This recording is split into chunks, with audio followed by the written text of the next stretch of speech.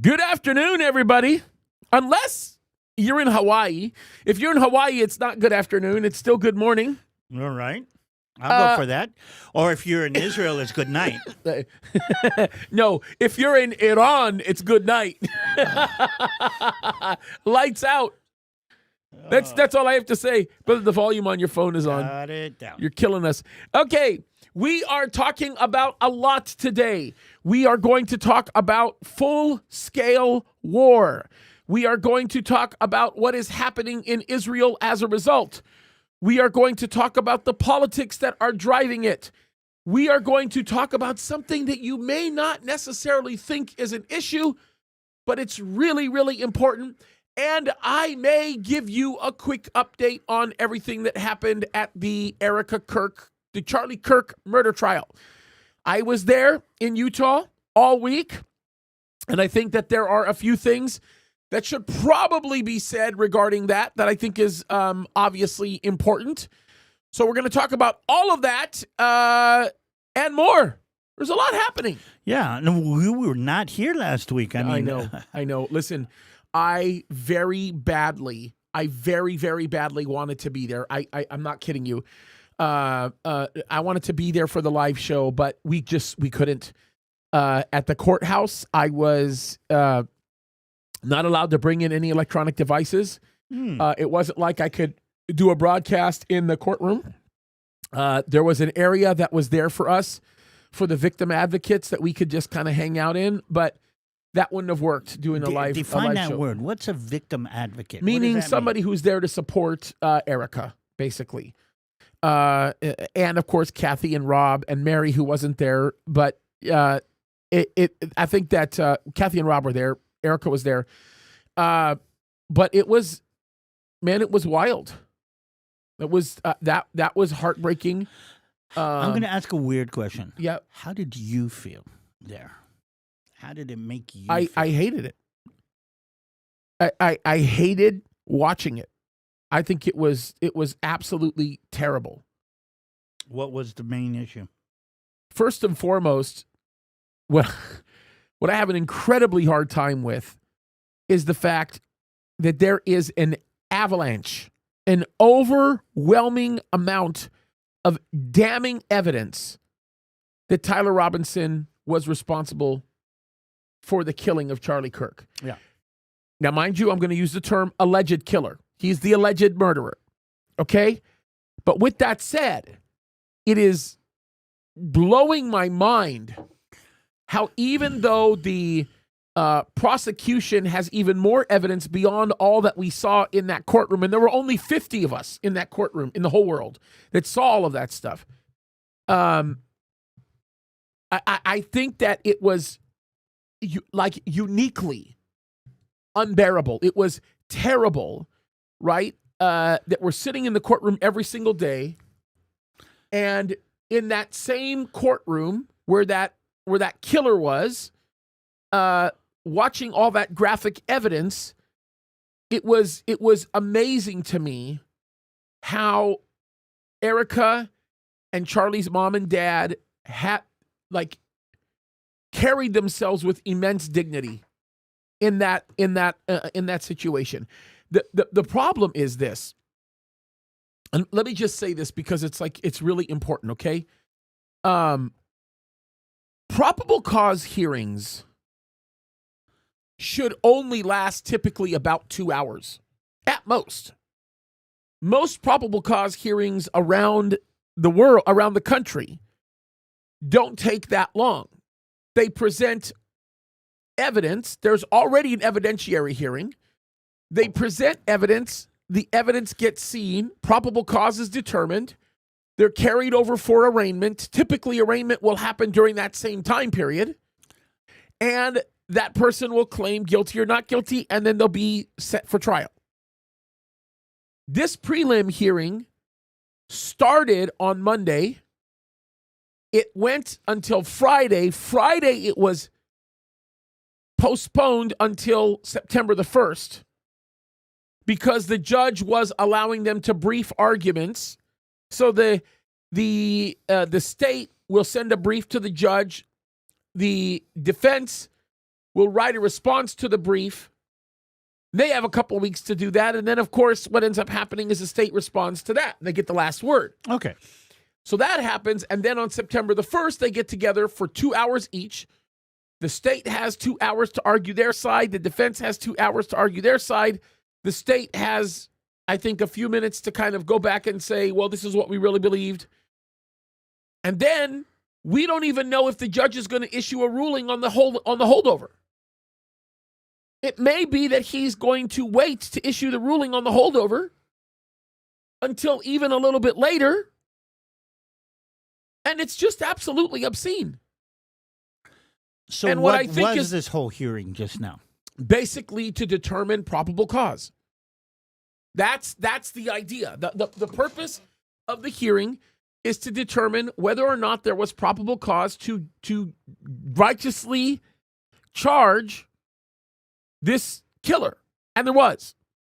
And this is why I'm uniquely disgusted with the people who are in social media right now who continue to lie about the facts when they know nothing about the facts, weren't there in the courtroom, had no idea what was actually happening or what was actually said. And even some of the reporters that were in the courtroom that don't understand the law, who were making assertions that were weird, it just drives me crazy. And the fact that they're paying for a multi-million-dollar defense team because they want to somehow guarantee or afford him the right to a fair trial. And I get it. They don't want to declare a mistrial. But the evidence was just absolutely overwhelming. Who's paying for the defense? The state is. The state is? Utah is. It's shocking to me. And I understand Miranda. I understand, Fourth Amendment. I understand all that stuff. But I personally think it's no different. And here's my question. What about Charlie's rights? What about Erica's rights? What about Rob's rights? What about Kathy's rights? How are they doing, by the way? I mean, those are the things that How are the kids doing? it's terrible. No, it is terrible. But I mean, how that's are they all I'm dealing? going to say. It's terrible. How are they dealing with something terrible? That's something we can talk about offline because I'm not going to give 1 ounce of information about the kids to anybody I don't online. need the information. I just need to know. Yeah, we'll that talk they're- about it offline. Okay. So I'm a little overprotective because of the evil that I continue to see out there in the troposphere. And Those kids are being attacked. Erica's being attacked. Mom and dad are being attacked. Everybody's being attacked by some of the most evil people out there. And forgive me, like if you enjoy listening to people like Kaddis, you're retarded. I'm sorry. You sound like Ben Shapiro right now. I would actually, and I'm going to tell you this right now, I was saying this well before Ben Shapiro said it. Okay, so 2 things, because, again, finally we have somebody who was actually there. Is it true that people stand in line to sit in that courtyard and stare at Erica? Yes. I mean, there are really people who came to do that, to be that kind of... Thank God that most of that riffraff was not let in. But yes, there were press that wanted to go in there. There was somebody that was in there that was just pure evil. Yes, absolutely. If it was any other person, the whole world would look at them and say, you're evil, and would completely make sure they would never have a career anywhere again.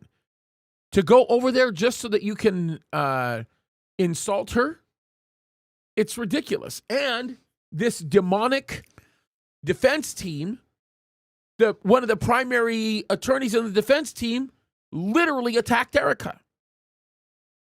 No respect. Just so that he could influence the judge on a motion that he was making. He owed Erica an apology. He was too arrogant to give her the apology that he owed her. And in my opinion, the judge should have held that attorney in contempt. And the judge did not do it, and he should have. But, and maybe this is a big but, okay? But it seems like everything that I'm hearing that's coming out of the trial and the information is that a lot of people are going to have to swallow their hats. I mean, they based on what, and it's already happening. Based on what's been released to the public, already, people are already swallowing their hats. I mean, you just proved to the whole world, if you continue to believe the lies you were propagating, that you are a bold-faced liar. The evidence is damning. The avalanche of evidence is damning. You could have taken 1/4 of the evidence that was presented in that courtroom, and that would be more than enough. More than enough to establish the probable cause barrier, to break the probable cause barrier, and certainly more than enough to establish beyond a reasonable doubt. So here's my question, and I'm going on to layer 2 or tier 2 if you want to go that way. All the people who said all these terrible things about the murder, about Charlie, and about everything, and then were, I'm going to say, not pushed back on or not condemned. I'm talking about Kaddis, what she said, but then how about people like, I'm going to say, Megyn Kelly? Who these people are now realize are not willing to push up against Kaddis, are not willing to. I mean, I saw Officer Tatum. I think, I don't know if you know who that is. Brandon was with me in the courthouse. He's a friend. Okay, I've known Brandon for a long but time. He was with me in the courthouse. Wouldn't push back against Megyn. I mean, he was very careful against. Listen. Against Kaddis too. I'm not going to represent Brandon, because I don't know the strategy that Brandon is taking. But I can tell you this about Brandon Tatum, and I'll be very clear. I have no problem saying this about Brandon. Brandon is an upright man, and Brandon was in that courthouse being incredibly supportive to Erica and Erica's family. Brandon, I can't get into the details about some things with Brandon, but I can tell you that if you knew some of the things that I knew about Brandon on the the area, in the place that people don't see, the hidden side of what happens with Brandon, you would have a lot more respect for him. I think Brandon is a great guy. Okay, I don't want to kind of make Brandon the issue, but yeah. I want to say people that do see what's happening are being careful not to push into Kaddis and not to push into Megyn. Well, I think much. Brandon is pushing about as hard as he can into all of those situations, and he has beat up Megyn Kelly pretty bad publicly. I've watched him do it. He's beginning to beat up Kaddis pretty bad publicly, and he has a close enough relationship with Kaddis where he thinks he can get Kaddis to see things a different way. I hope that's the case. And this is no statement about Brandon, because Brandon is a wonderful man. I think that he's persuasive, but I don't know if Brandon's going to be able to convince Megyn that way. But I'm going to tell you this. I just want to say this. I sat with Brandon. Me and Brandon were 4 feet away from each other. We talked together. We prayed together. I'm glad that Brandon was there in the courthouse. I really am. Graham Allen was there in the courthouse. We were sitting really close by one another. Don Jr.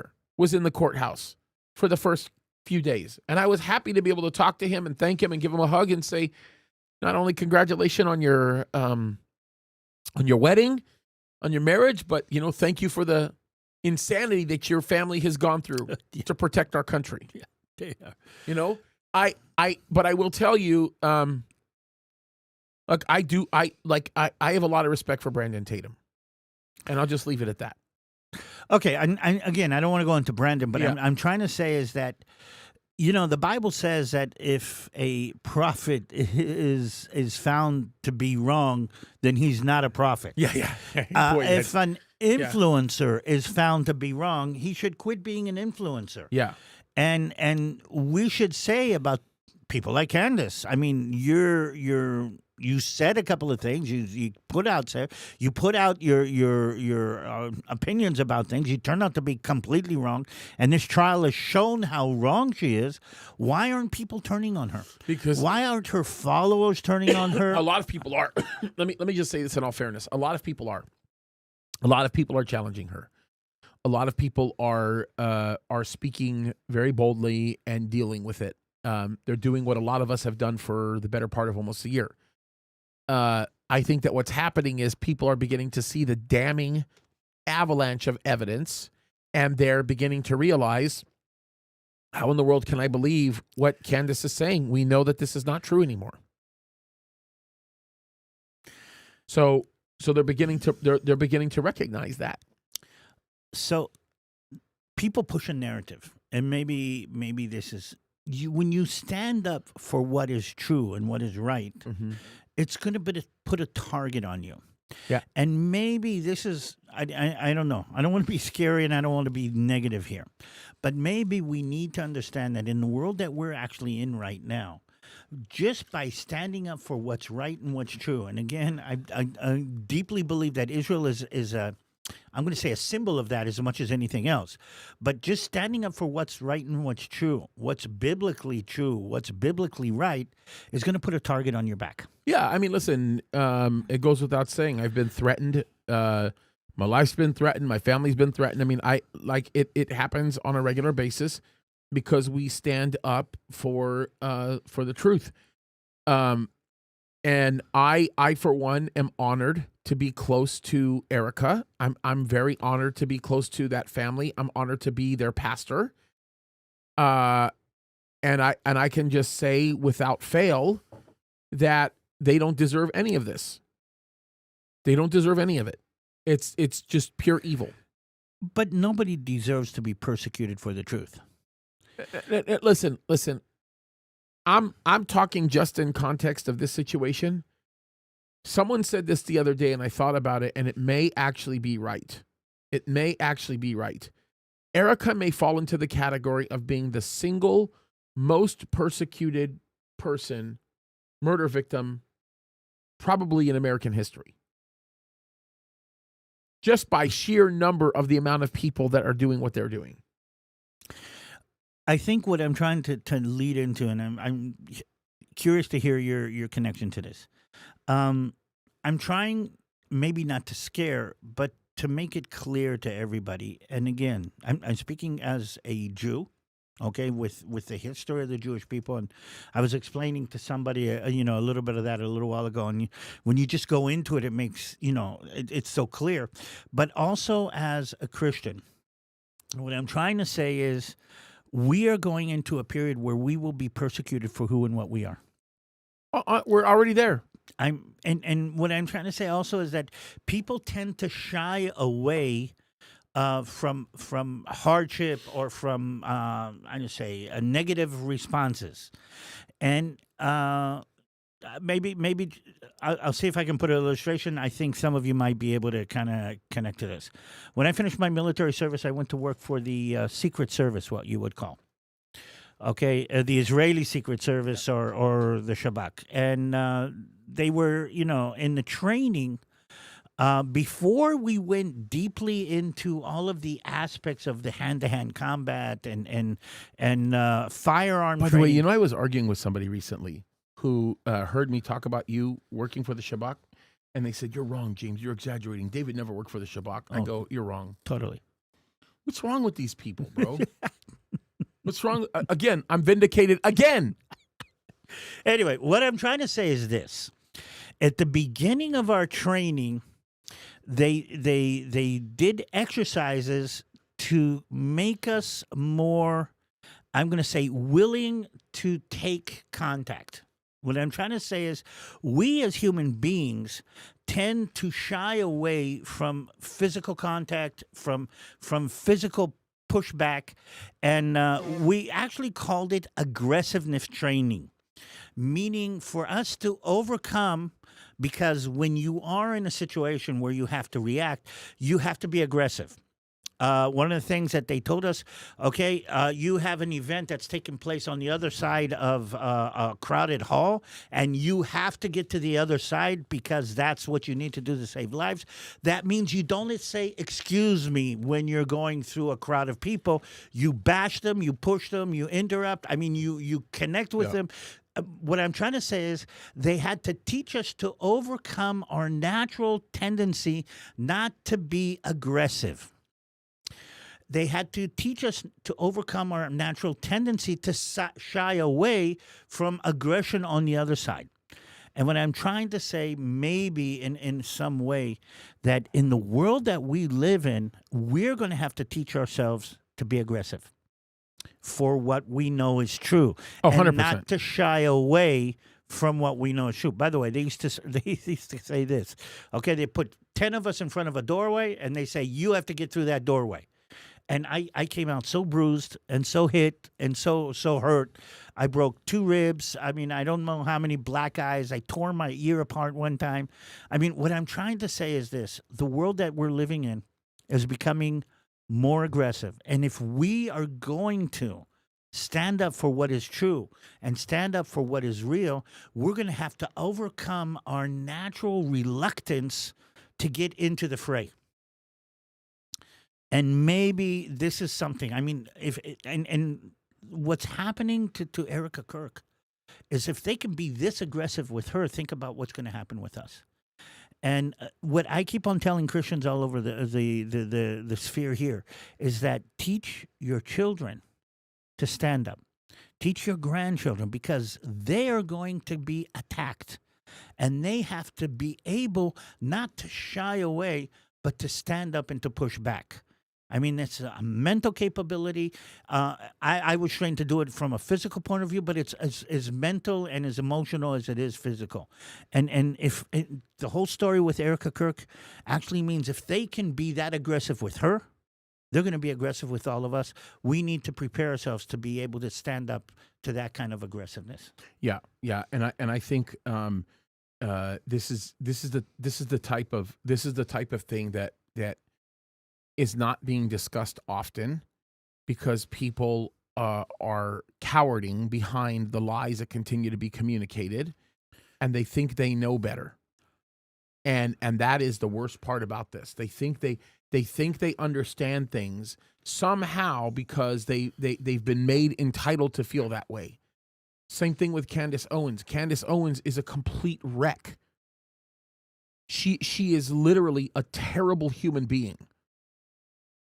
And somehow, some way feels justified to represent the interests of Charlie Kirk. Candace Owens hates Charlie Kirk's guts. She hates Charlie's children. She hates Charlie's wife. She hates Charlie's family. She hates the people that support Charlie. It's evil.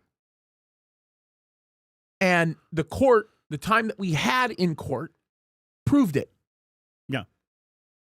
It proved it. There's no way on God's green earth, you can see the evidence, the avalanche of evidence, the overwhelming evidence that showed up and actually believe what Candace has been saying. But here's the thing. And she's been unhinged. The truth has lost its value. And again, we're in a world where truth is not being addressed or even received. So truth doesn't really matter. I mean, I'm just watching about the lies about Israel. That's going to be a whole other discussion that we're going to have today, because look, every day that goes by without resolution on this case, and I can accurately represent Erica when I say this, and the Kirk family, they're devastated. Every day that goes without resolution, this thing's been going on for almost a year. And I'm not going to sit here and blame the judge. Okay? I don't want to rush to justice here. And I don't think the Kirk family does either. And I'm not going to sit here and beat the judge up, because I know what the judge is doing. I know what he's thinking. I don't even have to guess, because he said it in the courtroom. He is very concerned about the interest of justice. He doesn't want everybody to go through all of this and then a mistrial to be declared, which is why he's making sure that everybody gets to argue everything, that everybody, we're going out of our way to make sure that everything is being done methodically and purposefully and just as the law says. So I get it. But it's painful. And it's going to get worse. Yes. And it's going to get worse, and we're all going to watch it. But I'm trying to kind of reach into something kind of deeper. With a lack of truth and a lack of moral clarity, then everything comes up for grabs. And blame can be assigned in any direction you want. Candace doesn't have to prove anything, okay, in a court of law. All she has to say is, this is my opinion. And there's enough people that are willing to accept her opinion based on the amount of likes and the amount of people that follow her. Well, I think that's not going to last long. I think that what's going to end up happening is God will, at the request of millions of people, God will somehow shut that down. God is going to have to act on behalf of the righteous, because she's an evil woman.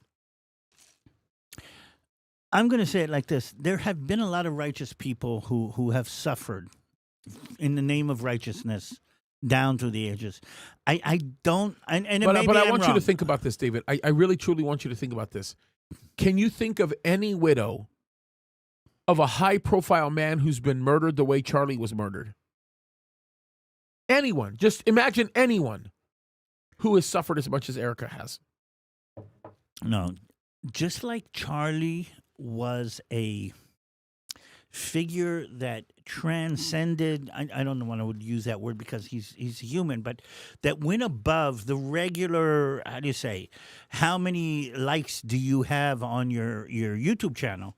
He went above and beyond that, and he became a symbol for something that was good. Yeah. As great as his I'm a symbol of the good is, so will be the attack on him and his legacy, okay, by the enemy. Yeah, and I don't want to say this. Anybody who says that Jackie Onassis Kennedy went through the same kind of thing in terms of the kind of suffering that Erica's gone through, you're just uneducated. You just don't know what you're talking about. I'm sorry. Jackie did not face a barrage of people on a regular basis who said that she was responsible for murdering her husband. Okay? I'm sorry. Again, Okay? All these people, like, use your heads. You like, really think through history. History's lying to you if you think that that's the case. And I have no desire making comparisons to people.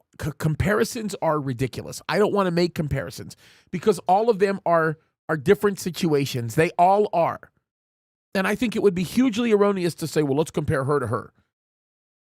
But, like, it's nuts.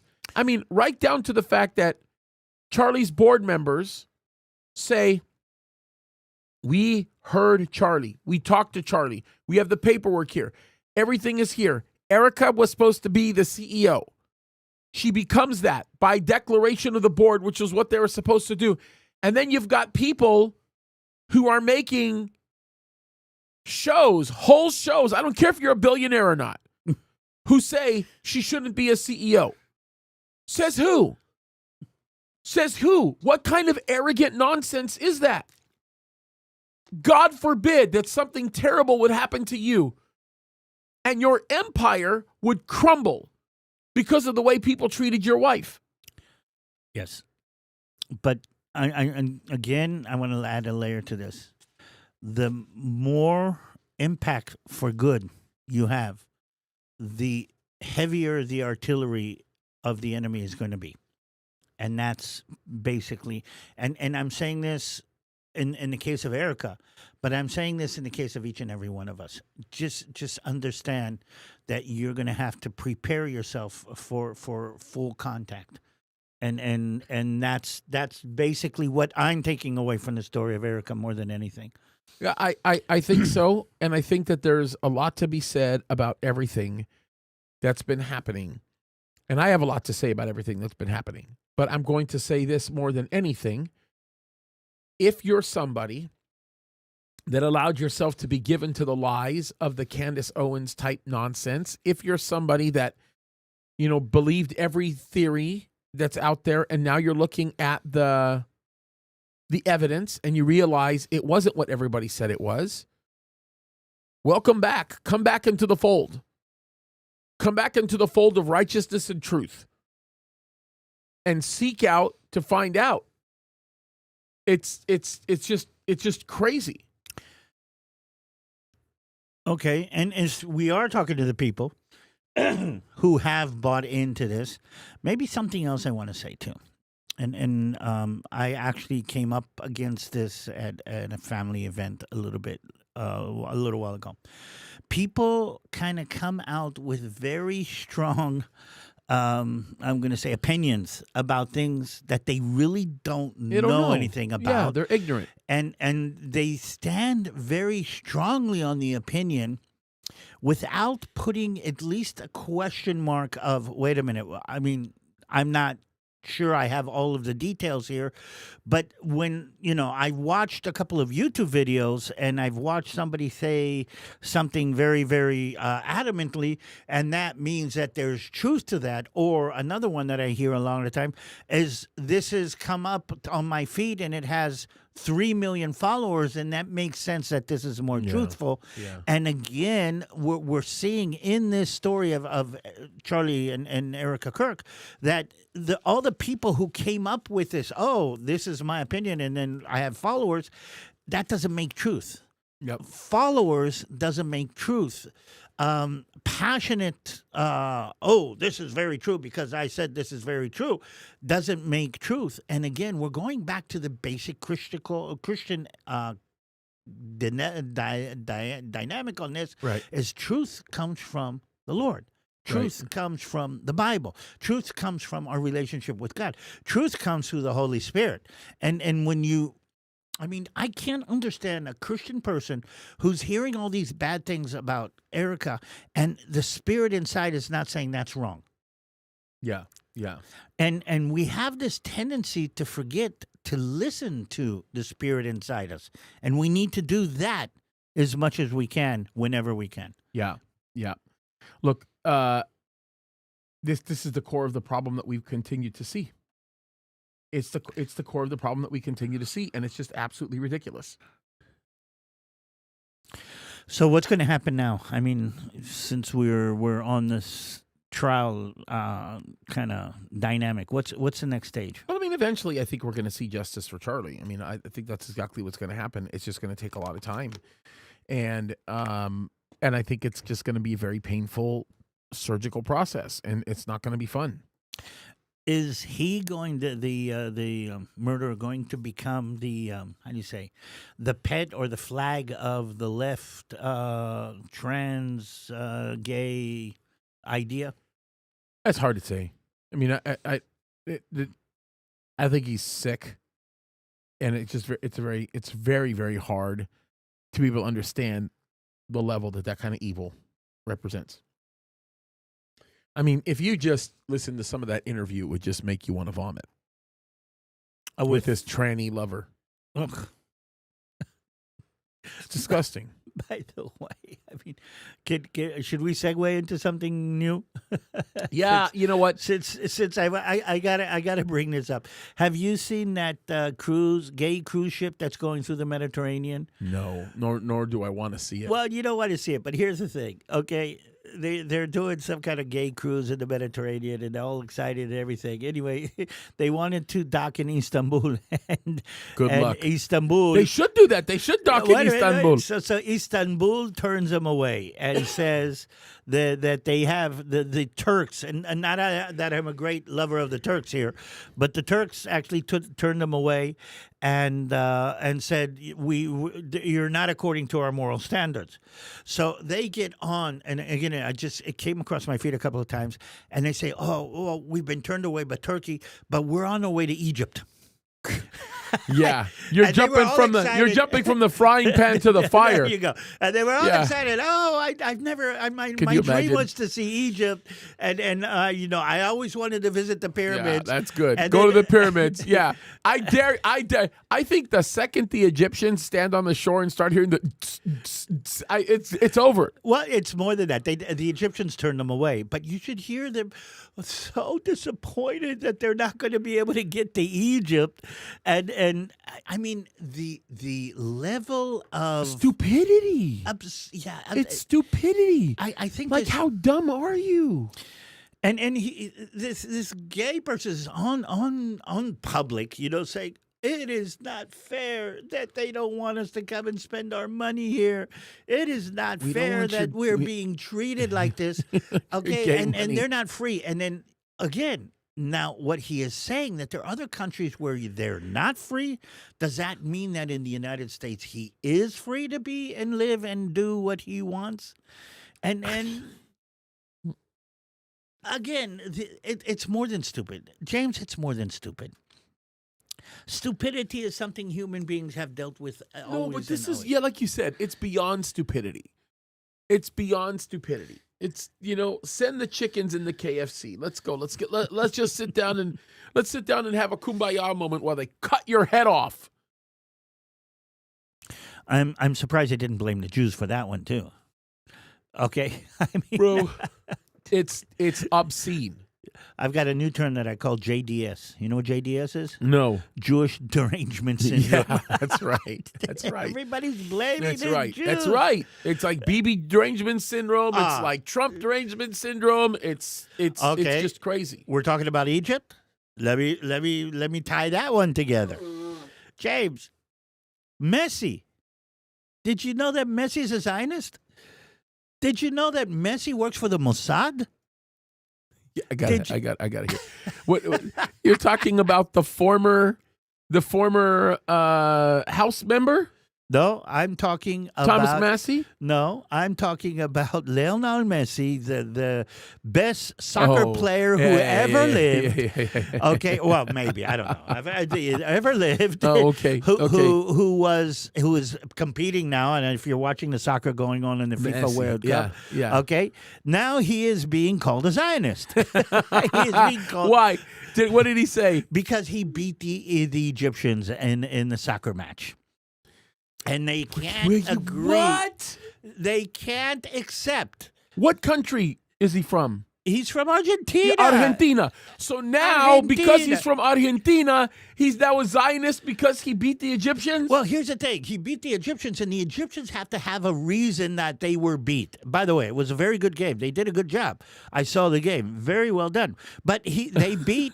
Okay, they got beat by, and they can't say we got beat because they were better than us. We got beat because he's a Jew. They found pictures of him at the Western Wall, and they say, oh, he put a note in the Western Wall saying he wanted to beat Egypt, and now this is what happened.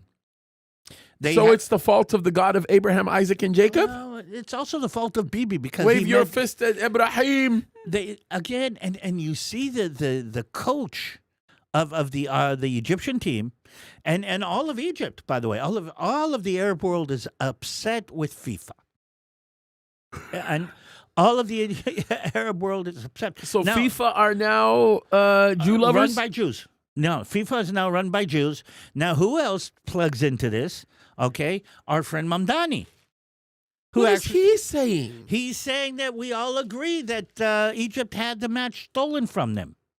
Mamdani said it publicly in New York. What are you going to do? This is These are stupid. These are stupid down. people. These are stupid people. What are you going to say? But there's a lot of them, James. There's a lot Yeah, of them. I know. It's sad. The masses are stupid. I mean, I don't know. It's all blame the Jews. I mean, blame the Jews for slavery, blame the Jews for the global warming, blame the Jews for everything that's going on. And it's become it's become a political movement.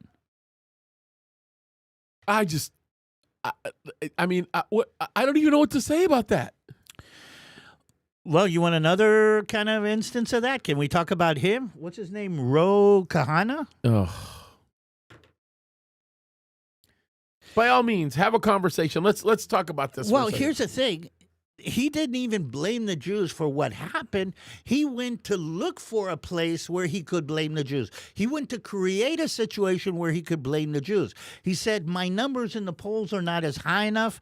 I want more, I need more exposure. I need people to talk about me. I need people to connect to me. So here's what he does. Ro Kahana, I think he's from, do you remember what state he's from? No. Don't remember what state he's from. He gets on a plane plane, flies out to Israel, lands in Ben Gurion Airport. Okay, he is an American congressman. I mean, he should at least reach out to the American ambassador to Israel, which we know, and tell the embassy, I'm now in Israel. I mean, let's take that. Did not do that. Got in the car, met some friends of his, and went into the West Bank. And in the West Bank, he goes driving around looking for somebody who's going to make a balagan. He goes to a Jewish town, village in the West Bank, which is being guarded by local people. And when he starts to drive into their area, they stop him and ask, who are you and what are you doing here? And he films himself being stopped by these settlers. I mean, Rohana continues to stand as evidence that the people of the state of California are more stupid than possible. I just read it. He's a 17th district in California. How stupid can we be here in California? Let's just finish this. He says that he was detained, and the way he kind of presents it is like this. I was detained as an American congressman, I think he is, by people were carrying M4 rifles, meaning American-made rifles. An American congressman stopped by somebody carrying an American rifle. That's not fair. That's not right. And to make the long story short, I think Ambassador Huckabee came out the other day and says he didn't coordinate with me. He went into areas that I would have told him not to go. That's right. And I mean, no connection to the American administration. And he did all of that just to create the clip where he says a Jew with a rifle, with an American rifle, is telling an American congressman not to go from here to here, which was not even true. They didn't even detain him. They didn't even get out of the car, by the way. And when the authorities came, when the military came... Oh, so this is a Tucker Carlson detainment. Yeah, totally. But here's the thing. And we're understanding what happened. And again, I've been there. I know that. I know how this works. I was actually in command of areas where I would have these agitators come. And they would say, okay. They would film me stopping them. So this is a closed military area. We'd had an event. And I've got these peaceniks, we call them. Okay, these pro-peace, pro-Palestine things. And they come with their cameras, and they stick the camera in the face, and they say, tell me I can't go in here. Yeah. So, and I'm saying, well, this is a closed military area. We're having an issue. We need to deal with something. This is normal procedure. Yes, and here's he goes. He goes, literally sticks the phone in my face and says, tell me that you're stopping me from going where I want to go. Tell me that you're not allowing me to go into this and this area. And that's how it's being taught. Now, what I want to stress, though, is this. Smash his phone and then tell him. Well, now again, there's somebody else taking a picture of it. By the way, we need to talk about that. Having one boat blow up on the target, but having another drone film the boat blowing it up. So that was so sweet. We'll get to there. But that's a teaser for a minute ago. But what I'm trying to say is this. Why is it that an American from the 17th district, in order to raise his numbers, needs to fly all the way to Israel and to create a provocation on the hills of Judea from out of nothing? Why does he believe that that is going to be a electoral, political, moral asset to him? Yeah. Because the hatred of the Jews has now become the stumbling block that Zechariah talked about. Yeah, 100%. And again, we're going to see this in the elections. We saw this with Mamdani, okay? I think I just now kind of picked up something where Mamdani says, okay, why did Mamdani become a socialist? Because he says, I became a socialist out of my Palestinian activism. Which means that anti-Israelism has now become a communism. Not even that. The communism comes out of the anti-Israelism. The core of this is Israelism, anti-Semitism, anti-Jewishism, call it what you want, or anti-biblicalism is what I like to say. And what I'm trying to say, it has now become an electoral asset. Look what's happening in the MAGA movement. Listen, and I think that's about to recover pretty soon too. I think the president's navigating himself quite well through all of this, and these anti-MAGA lies that continue to go on are going to they're going to become very intercepted soon, and very ignored. Okay, I want to move on to a subject. All right, this is important, right? The Mideast is on fire right now. Okay, we are at full-scale war in the Middle East, and I'm going to just say it. I would like you to explain to everybody why I am vindicated. I want you to explain to everybody why I'm right. I was right.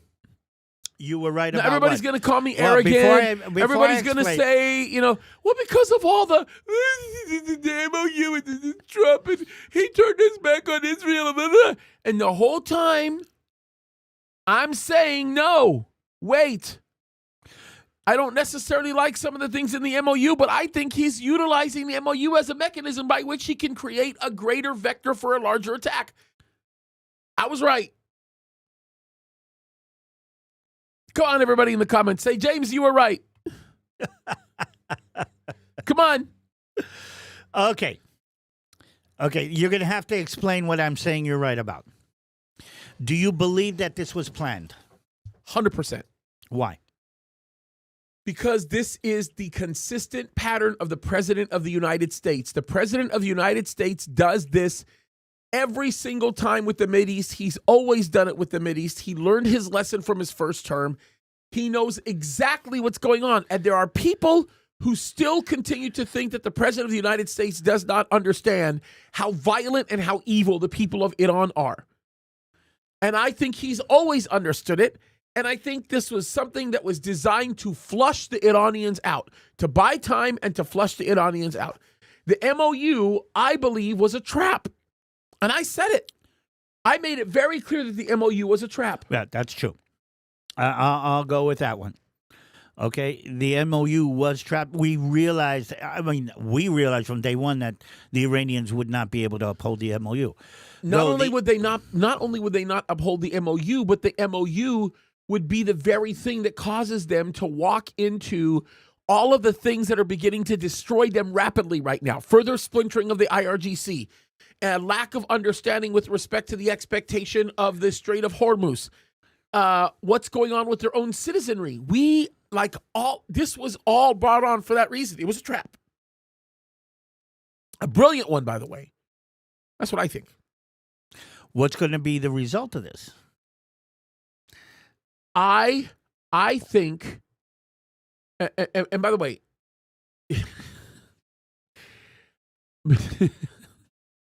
okay, I just serenity now. I have to calm down a little bit, okay? When I talk about the president flushing out the Iranians, I'm talking about the IRGC. Okay? I'm talking about the IRGC. Wake up, everybody that doesn't see this. By the way, IRGC, Islamic Republican Guard Corps. Yes. So let's kind of remind everybody. IRGC is not the whole population of the of the nation that we call Islam. I'm going to say one of the things somebody once said a little while ago. It's like the Communist Party in Russia.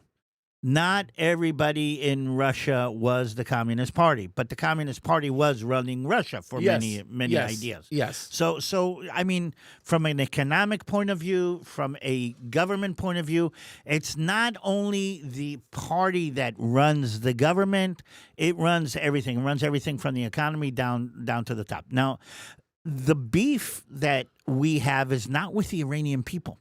No. And not with the Iranian culture, and not with the Iranian language, and not with the Iranian history, or even the thousands of years of civilization. It is with the radical Muslim dynamic that has taken hold of the country. Yeah, and then for you for you guys that say that you saw the whole nation show up to the funeral of Khamenei. Like what? Can we just wake up for a second? There were at best 110,000 people that showed up to that funeral. By the own admission of the IRGC. Now tell me how 118,000 people amounts to 93 million individual.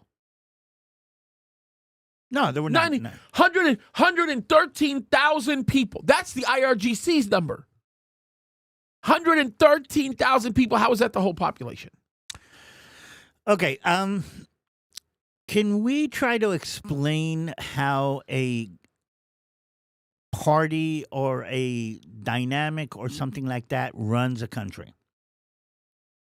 I mean, we believe in democracy, but even if I did not vote for Joe Biden, okay, Joe Biden is not everything that America is. Well, okay? first of all, Even though I do not believe there is any place where it is appropriate to refer to the United States of America as a democracy. I'm going to make myself very, very clear. It is not a democracy. Never has been a democracy. Never will be a democracy. It's a constitutional republic. So what I'm trying to say is this: people don't understand the difference between somebody running the country and the population of the country, because the how do you say the connection between the citizens of the United States of America and their legal government is much closer tied than most countries have, and that's something that Americans don't really understand, how somebody can be running the country, okay, and in such a different dynamic than what most of the population believes. Does that make sense? Yeah, I listen, I get it. I get it.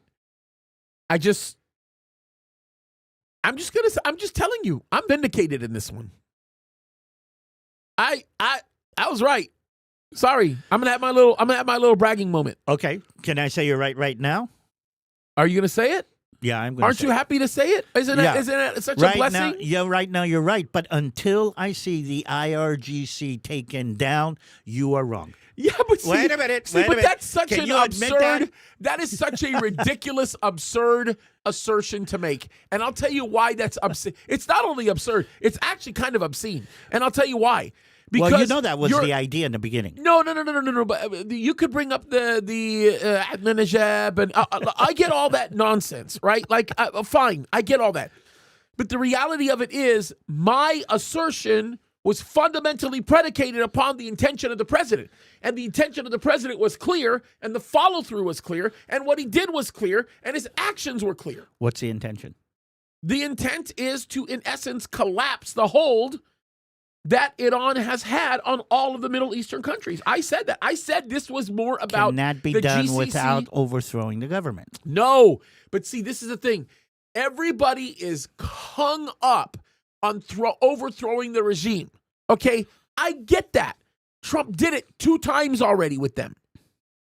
2 times. He overthrew the first regime. He overthrew the second regime. He's about to overthrow the third regime. There's so many splintered cells of the IRGC that many of them are going to reassemble. We know that. Like, we get it. I'm not by any stretch of the imagination diminishing the complexity that exists with respect to the IRGC.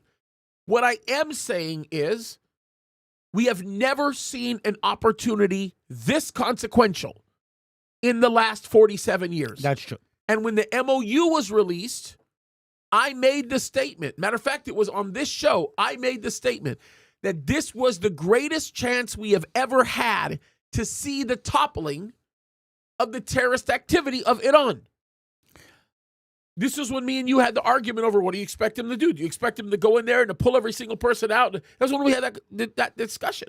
So you believe that this is leading to the toppling of the IRGC government? 100%. How? It's the targeting and it's the leading of it because it's flushing them out. What he's doing right now is he is splintering them. The whole idea behind the MOU.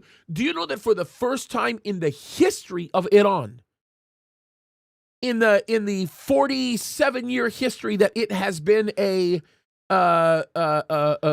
by the revolution, for lack of a better term. Yeah, ever since the revolution. For the very first time ever in that 47-year history, they're calling for the death of their president. Okay. They're calling for the death of their Some president. of them are. Some of them. These are IRGC commissioned people. I haven't seen that yet, but again, maybe we're there. He's in house arrest. Ahmadinejad is in house arrest. I wouldn't be surprised if the current president was also in house arrest. My point is this: they're splintering. Anybody who even gave way to the MOU discussion was a traitor. Trump set that up that way. Okay, so this is going to break apart the Islamic government. That is the, let me just say this. That is the targeted attempt. All right. That is the targeted attempt. Do you think, does it seem like it could happen? What do you mean? Do you think that the Iranian regime will change? Because my underlying feeling is without a regime change, this whole war is in a different place. Okay? And it's like we're dealing with Hamas in Gaza. Okay? Hamas is still there. Hamas is not gone. And I would say nothing serious is going to change in Gaza until the Hamas is gone. Yep. So you believe that what's happening now will be another break in the toppling of the regime? 100%. Okay. I will be glad to agree with you. What I'm saying is this. I can't guarantee the outcome. I'm never going to be able to guarantee the outcome of this. But that's not what my assertion was. My assertion was all of this was designed to break them up. All of this was designed to destroy them. So I'm going to try to go through it a little bit and see if I can understand. Okay, the feeling with the MOU was that he went on the defensive. And you're saying the MOU was an offensive event. Yeah, and let me speak to the issue of these people that continue to listen to the lying media and say that Trump is pressuring Israel to withdraw from Lebanon. He's doing no such thing. He's not pressuring Israel to withdraw from Syria.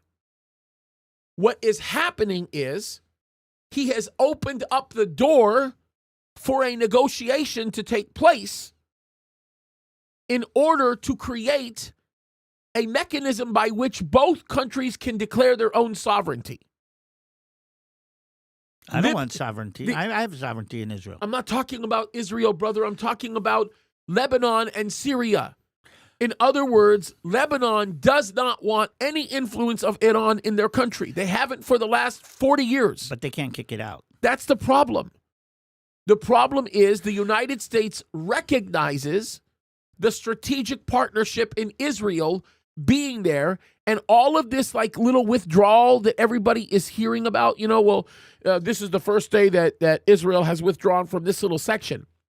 The condition of that withdrawal is predicated upon an agreement that Bibi signed with Aoun. Meaning, and that says Israel will not withdraw until Lebanon can effectively demonstrate the fact that they can hold their own within the context of their security zone. And it still doesn't demand that Israel withdraw from the security zone. That's the point. This is what I need people to do. Because this is what's happening, okay? Everybody is looking at this from terms of personalities, and they're not looking at it in terms of what's actually being said and what's actually being done. Okay. That's the bigger issue. Now, if there's one area that I disagree with President Trump, is I disagree with the assertions that he continues to make with respect to Giuliani. I think Giuliani is a terrorist, no matter what way you cut it. And with Tayyip Erdogan. Yeah, the thing with Tayyip Erdogan is a little trickier. Because the one thing that Erdogan regularly demonstrates is his willingness to walk within political, diplomatic means to obtain the unreasonable outcome that he seeks. And it is what? Basically, for lack of a better term, the regression of this caliphate. But my point behind all of this is, and this is where it gets really critical, is that Erdogan is a lot more complicated than a lot of people think. Than Giuliani? Are you kidding me? Okay, it's not even on a level. Erdogan is more complicated than most leaders in NATO. He's smarter than most leaders in NATO. Oh, he's and I'm going to just tell you this right now. If there's one person that I'm like, what did you do? Like, help me still understand why in the world would Bibi have a cabinet meeting in this time, during this period, and declare the statement that he made regarding the Armenian genocide? Oh. It's nuts. No. What kind of a crazy, how in the world, did an Armenian genocide happen? 100 million, 1,000 quadrillion %. But when you're trying to maintain diplomacy with Azerbaijan, and you're trying to maintain diplomacy at some level with Turkey, under the pressuring thumb of the president, why would you do that? What do you think? I have no clue. That's one area of all of my geopolitical analysis where I just really, truly have no clue. Why do you think? Why do you think it was time for Israel to stand up and say, Armenian genocide? The only thought that I have why the cabinet would agree to this and why Netanyahu would do it is so that they can establish a clear delineation for what real genocide looks like versus what accusatory genocide looks like. In other words, if Israel says, no, this is what happened and this is what real genocide is, then it gives them the opportunity to open up the leeway to say, stop accusing us of something. This is what it really looks like. The other thing that the only thing that I could imagine is alienation. But why do they want to be alienated? From who? From Turkey, from Azerbaijan, Israel, from Armenia. Well, we're not alienated from Azerbaijan. We have very good relations. Are you kidding me? Do you know how much more complicated they just made things with Azerbaijan by doing that? I don't think so. Did you look at some of the statements coming out of Azerbaijan? Well, I saw some of them, but Come I don't on, think that's no. an issue. But here's the thing. You know what I think what you want to do? Okay. Let me get to what I'm but trying I want to say this. I truly think you want to be able to say you were right again. Oh, no. You want to set yourself up to say you were right, James. I hope you're right. No, I hope I'm wrong. No, as far what with Turkey or Azerbaijan? I hope. Okay, I'm wrong. let's say because I'll tell this you is what. one I don't understand. I Tell do you what not most of understand. most of the Israelis understand about the issue with Turkey is Bibi is saying, and we're all saying the same thing. Turkey has now become the number one. I'm not going to say enemy, but adversary of Israel. Yeah, but here's my problem with that. We tried to. But here's my problem with that. Here's my problem with that. It's not as simple as that. Help me understand why Bibi would alienate Israel at that level officially with the second largest military in NATO. With the country that calls us Nazis. I'm listen. With the country that sent David, Habibi, Esmani, listen to me, okay? Listen to me. I'm telling you, this is super important. Then make that the issue. No, Talk about what they say there. Don't bring in something like that to create the bigger problem, because you know what else they do? What? They also alienate themselves from Russia unnecessarily. It becomes a huge Russia issue. No, I think Israel has realized that we can't, for lack of a better word, pussyfoot around everything anymore. Listen, I get that. I'm not disagreeing with that, but why do you bring that up? Turkey has said terrible things about Israel. Okay, on that level, you're committing a genocide. Think about it like this. Just can you think about it like this? Okay. Think about it like me and you have a disagreement with each other. I'm mad at you. You're evil. You're dark. You look at me. I'm mad at you, James. You're evil. You're dark. Okay. Why would you go from the you're evil, you dark, you did this world to look at what you did so many years ago, to a people that don't even affect me. You Okay. don't do that. You say, I am a positive element in this neighborhood. I do good things for the neighborhood, and you destroy everything that happens in the neighborhood. And then you come back and you say, wait a minute, but you're not a positive event in the neighborhood, and you're accusing me of something that you've done in the past. Yeah, but this doesn't even go with the general doctrine of Israel's diplomacy. Israel's diplomacy doesn't do that. Israel's diplomacy I think is it's no. changed. Okay, let me put it a different way. Let me make it a more palatable. Let me create a more palatable understanding for you, because you're so smart geopolitically that you'll understand this reference. Okay? You of all people understand this. This is not the Ben Gurion doctrine. Oh, no. We've passed that. But give me a break. Denying the Ben Gurion doctrine in these last several years, especially by people like Lapid and Bennett and so on, it's what got us in this mess in the first place.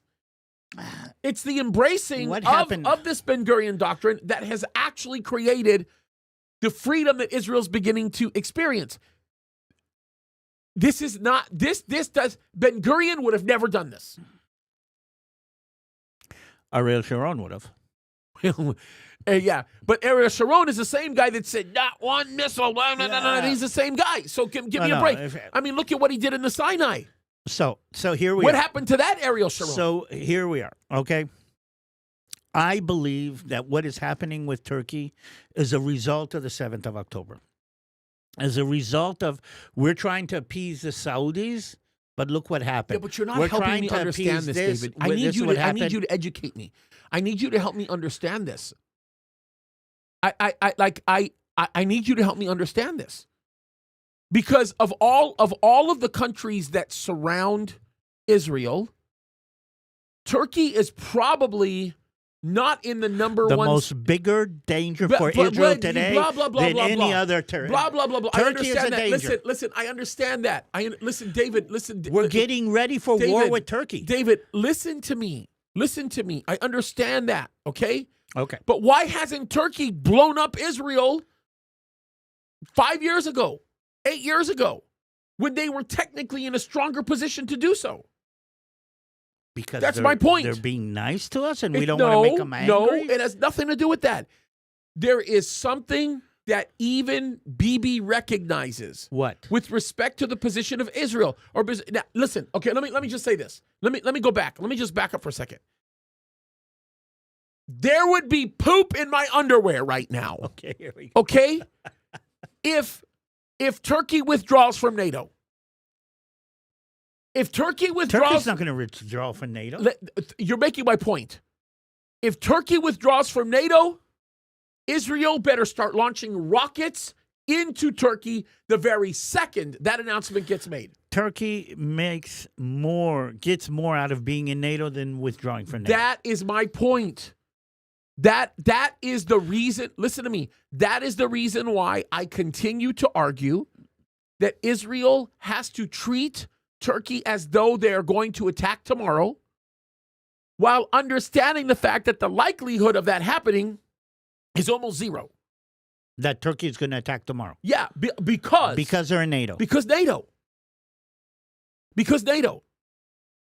We believe that NATO, which is made up of Spain, whatever, is going to hold Turkey back. Stop it. You know better than this, bro. Stop it. You're now naming Spain, which is the red-headed stepchild of NATO at this point. Right now. Everybody hates Spain right now. I'm going to put it like this. As an Israeli, I don't trust NATO. I don't think NATO's going to stand up. Of course I'm not touching NATO. Who cares? The fact that Turkey is connected to NATO is not... I don't trust these people. It's not any defense against me being worried about who Turkey is. No, but is. understand the context of my assertion.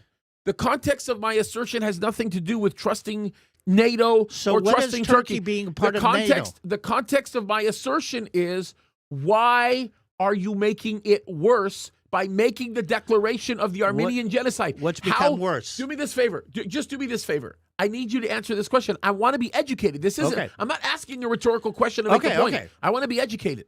Okay. I don't believe it's making it worse. That's right. I want to know. I don't believe. How in the world? I want to know I want to know this. My claim is that by saying this, Okay. by the cabinet making this declaration, they have put Israel in a worse shape, not better shape. That's my assertion. Prove me wrong. Tell me, what gain do they get out of this? Why do they do We've this? declared war on Turkey. We've decided not to wait in the side, not to let this happening. We're saying correctly, you are our enemy. That's what Israel did. If Israel declares war on Turkey, Well, it's not a firing war. It's not a kinetic war. That's my point. That's my point. Israel's policies have always been that of keep your friends close, keep your enemies closer. We've agreed that Turkey is not a good example of that. I don't understand. All I want is an explanation. What does Israel get out of making that declaration? That's what I'm trying to understand. It's not a rhetorical question. Making Turkey come out of the shadows and be more aggressive against Israel. Yeah, but that doesn't make sense to me. There's so many other ways to be able to do that if that's what you're intending to do. This is the Turkey that is buying up and licking up to President Trump. This is the Turkey I get all that. Okay. The Middle Eastern world is doing all that. All right. But the closest Middle Eastern leader right now to President Trump is Bibi. And by a mile, not even by a small, by a mile, literally by a mile. Okay. I mean, look at the press conference that happened this morning in the White House with the leader of Iraq. Okay. With the president. The president wouldn't be as chummy with the leader of Iraq if all he wanted to do was appease Turkey. So here's the thing. Turkey's saying Israel genocide, Israel's killing, Israel's doing all of this, and Israel's saying we're not going to say this. Okay? So now you're saying don't say Turkey is wrong. Don't go I'm not against saying that, Turkey. David, I'm not saying that. And let's appease Turkey because Turkey is part of NATO. I'm not saying that. Let's not say anything that'll make them upset. I'm not saying that. Then what are you saying? I'm saying what is they committed genocide and they're covering it up. David, what is the benefit? What I want to know, you haven't given me a clear answer. What gain? We are saying to Turkey, we're finished with you accusing things of something that we are being accused. Then why? We're saying we're pulling the bullshit on you. But David, nice language there. Sorry. But honestly, what is that was kind of funny. What is my question is, why don't they just say that? They did. Okay, but why the Armenian Genocide Declaration? Because we know it's going to really make them mad. I mean, are you hearing yourself? Yes. We're tired of allowing them to say terrible things about us and not reply and not push back at it. We're tired of them accusing us of terrible things publicly.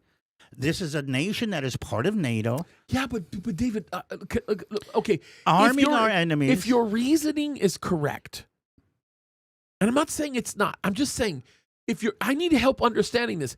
If your reasoning is correct, then why would it be done now? Turkey's rhetoric has simmered substantially compared to where it was nearer to October 7th. What? They haven't been, Turkey's rhetoric has toned down a lot more since what we've seen closer to October the 7th. Okay. Erdogan's not going on making these Nazi rants like he used to a year ago. So then why? I don't know. I'm asking. Because Israel I'm genuinely puzzled. Israel has turned its way away from Iran and is now going full force with the main adversary of Israel in the Middle East, and that is Turkey. But in my opinion, if that is your answer, then Israel may be making the biggest mistake that it has of its national history. And here's the reason why. Because Iran is not even close to defeated yet. No, it's in a different place. Maybe Iran is not the threat that it was. It's not in the place. Listen, and I think there's a growing realization in Israel that the main adversary for Israel is Turkey today. Look, I get it. I get it, but do you understand where I'm coming from? It's not like we're looking. As a matter of fact, the brilliant part The brilliant part about the president allowing a terrorist like Giuliani to do what he did centers around the idea that there's an appeasement of Turkey that he's trying to run. There's a gamut he's running with Turkey. And Israel's saying we don't want to have a part of it. Turkey has effectively colonized themselves in Syria with the agreement that Israel will still be allowed to maintain the security zone. What I'm saying is there's a net positive for Israel in one respect. Why? I'm trying to understand the genocide thing. Why is that? It's true. What happened is true. The Armenians were it was terrible what happened to them. No, we're not talking about the actual truth of the event. We're talking about politically, why did Israel make a public issue that's what I'm trying to of understand. Humiliating Turkey or pushing or triggering Turkey? Not even humiliating Turkey. Turkey's not humiliating. Doing something that'll make that'll say we want. Let me tell you something about this. You will understand this if I tell you, because you're too politically savvy to not understand this. This is a true statement, and I dare you to challenge me on this one. Okay? What Israel did by declaring this statement is Israel just made Erdogan 1,000 times stronger in Turkey. Yes, no, listen to me. No. Let me tell you why. Because even the people who hate Erdogan in Turkey will rally with him over this Armenian genocide issue. You got to let me listen. I got it. But I don't think that's an issue. It has the same effect that October the 7th had on all of Israel. It's the same thing. There's a lot of people that don't like Erdogan. There's a lot of people that don't like Islamic Brotherhood. There's a lot of people that sympathize with different causes. They do not like Erdogan politically. There's probably 30% of the population that feels this way. Actually, probably more than that since the collapse of the PKK. When the PKK collapsed, there was a larger movement within the population that said, I don't like Erdogan. Now Erdogan is loving this because he's becoming a folk hero. I don't think so. What? I don't think Erdogan's speaking. That? And I think this is not internal Turkey. This is. I'm not going to use the military. Okay, I don't think it does. I don't think it does. But here's the thing. Make the case. I just made the case for why it does. Make the case for why it doesn't. I want you to make the case for why it doesn't. I think I made a good case for why it does. Okay, here's the thing. Why do we care if it strengthens Erdogan? Let's say it does. What? We're not going to overthrow Erdogan. If he's your number one enemy and you're worried about him, wouldn't you want him to be weakened, not strengthened? Well, I mean, he's not. As long as he's in control of Turkey, I don't think his popularity moves down 10% or 20% is not going to do anything for Israel. And again, Israel has reached the conclusion that trying to, how to say, appease or agree with or live with Turkey in peace and quiet is a positive asset. And seeing Turkey mix into Israel's affairs, by the way, in Jerusalem, they're doing terrible things. They're trying to raise up the Muslim Brotherhood in Jerusalem. Fair enough. So again, this is a slap. This is a, how do you say, a public slap to Turkey. Basically, that's what it is. But it's a public slap that's a net positive for Erdogan. I don't think it's positive for Erdogan. It is. And I think it's very positive for Israel. And if you want you still haven't made the case as to why it's positive for Israel. I got to know that. 2 seats in parliament, Bibi got from that. At least 2. Okay, that's a viable answer to me. At least 2. I can hear that and say, okay, now that makes sense. So maybe it's the coalition that he did that. Standing up to Turkey, pushing back against Turkey. That makes sense to me, maybe. But even then, that's a pretty, for 2 seats in the coalition. Okay. That's a pretty expensive price. Let's have this discussion in about 2 months and see what is the result of this. I think it's much less than you think. Bro. I'm telling you, if it's parliament seats, I would say that makes sense to me. My statement to that would also be that's a pretty expensive way.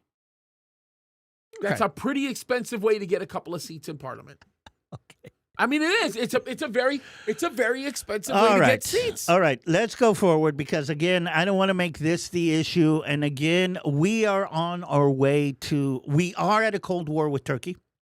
Yeah, that's we are in a Cold War with Turkey right now, and this whole dynamic I'm curious to see what that means with the Armenians, by the way, and how that's going to play out with the Armenians at or sitting on the border with Iran. I don't know how that's going to play. Yeah, I think what it's going to do is it's going to give an opportunity for Iraq to perhaps remobilize the Kurdish population in the north. That's a complicated issue, but I think that's going to speak to Iraq benefiting as well because of what one of the energy problems that sits in the north. I can tell you how that would happen. That's a long discussion, but I think that Armenia, the discussion of this Armenian genocide by Israel could actually create a more stable circumstance on that side. What are the Armenians going to do about this?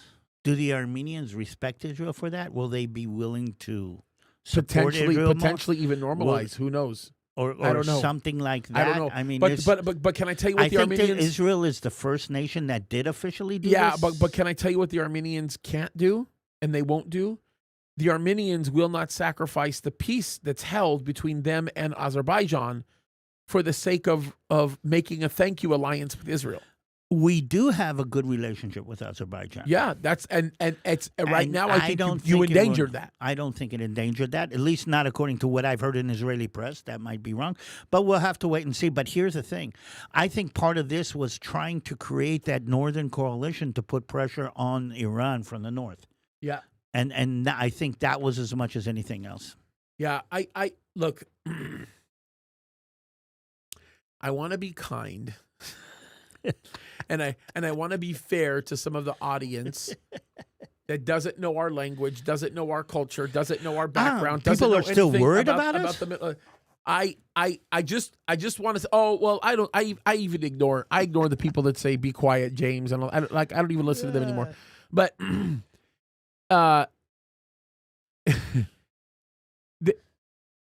the complicated nature of what exists right now with Turkey is so unbelievably volatile that very few people will ever be able to understand how serious that is. Agreed. They just don't. That's why I'm saying, why is the other layer being added? Now, if it is a move that Bibi's making for the sake of more coalition seats and weakening the position of the right that's trying to pressure him, maybe. But I don't know how strong that holds. This is we're indicating to Greece that we're willing to stand up to Turkey. We're indicating to other people that we're willing to stand up to Turkey. Now that may be a variable that I didn't think of. We're creating a Greece coalition. And Cyprus. We're creating a coalition. By the way, there's an Eastern, I'll Eastern give Mediterranean. You that. I'll give you Eastern Cyprus. I'll give you Greece and Cyprus. That may be another issue that I didn't consider. That's why I'm asking why. But even Greece, is going to be very careful to agree with that assertion. Or they're also going to be very careful to reward Israel for making that assertion because of the obvious concerns they have. I don't think that's reward. With Turkey's proximity. I think Greece is saying, wait a minute, as long as you're trying to patsy with Turkey, okay, we're not going to put our own, how do you say, security. By the way, there's going to be a major issue in the Eastern Mediterranean. And Cyprus is going to be the northeastern Mediterranean, of course. The whole Eastern Mediterranean. Yeah. And but again, especially we the haven't northeast. even talked about Egypt in this dynamic. I don't disagree Egypt with you. You're right. is center in this. By the way, one of the things that we need to talk about, and I want to do one show about this, is about the change in warfare, specifically naval warfare that Turkey is at the forefront of. Yeah. I don't know if Scary you know how many boats they're building, bro. Not only that, they bought up a container ship. Oh, yeah? And they turned it into a drone carrier. Yeah. What they say, and they're talking about like a naval Death Star. I did a video on that, by the way. Really? I mean, the whole swarm, drone swarms that we're talking about. Very dangerous, by the way. Yeah, and I think Israel is realizing that's our next dilemma. And with Turkey, it's a lot more problematic than it is with Iran because Turkey has a joined sea with us. Yeah. As opposed to Iran, that's on the other side of the Mediterranean. I got to ask this question. I really got to ask this question because I really want to know. Like I'm not bothered by it. I just really want to know. So somebody, I don't know who it is. Somebody says, James, you got lucky. Can you please elaborate on that? I'd really love to know how I got lucky. Lucky about what? Yeah, I'm very puzzled. Like, that's kind of entertaining. I'd really like to know. I'd be really curious to know what I got lucky on. Okay. If maybe you can write back whoever said that. I think I'd be really curious to know what I got lucky on, because I don't think my assertions have anything to do with luck regarding these things. Oh, no. Elections. Can we? Bro, that's another one. Okay, That's another one. Which ties into what maybe that helps BB in elections. Ties us into. As of now, BB never is thought not in a about good that. place. BB is not in a good place. Can I ask you this question? How could BB not be in a good place after everything that's happened in the last couple of days? Okay, let me try to explain. Does that change everything? Yes, let me try to Explain this to me. Do you know what the main issue with BB is right now, or why BB is going to lose the elections if he does? Yeah, in essence, they're becoming more and more successful at making him look inconsistent with respect to his position. No, And especially... No. Okay, explain. Tell me. What am I missing? Reserves. Soldiers. Yes. That's Soldiers. what I'm talking about. Soldiers, he's losing the respect. Because of the religious... Because of the religious. Yes, that's what I'm talking about. He's actually tried to pass 2 laws just now. But do you understand what I mean when I say that, when I'm talking about that with the religious? Because he is conceding to them. He's giving them what they want. Yeah. And as a result of that, according to a lot of people in Israel, they believe that he's hurting Israel. But Israel has always allowed him to put up with it.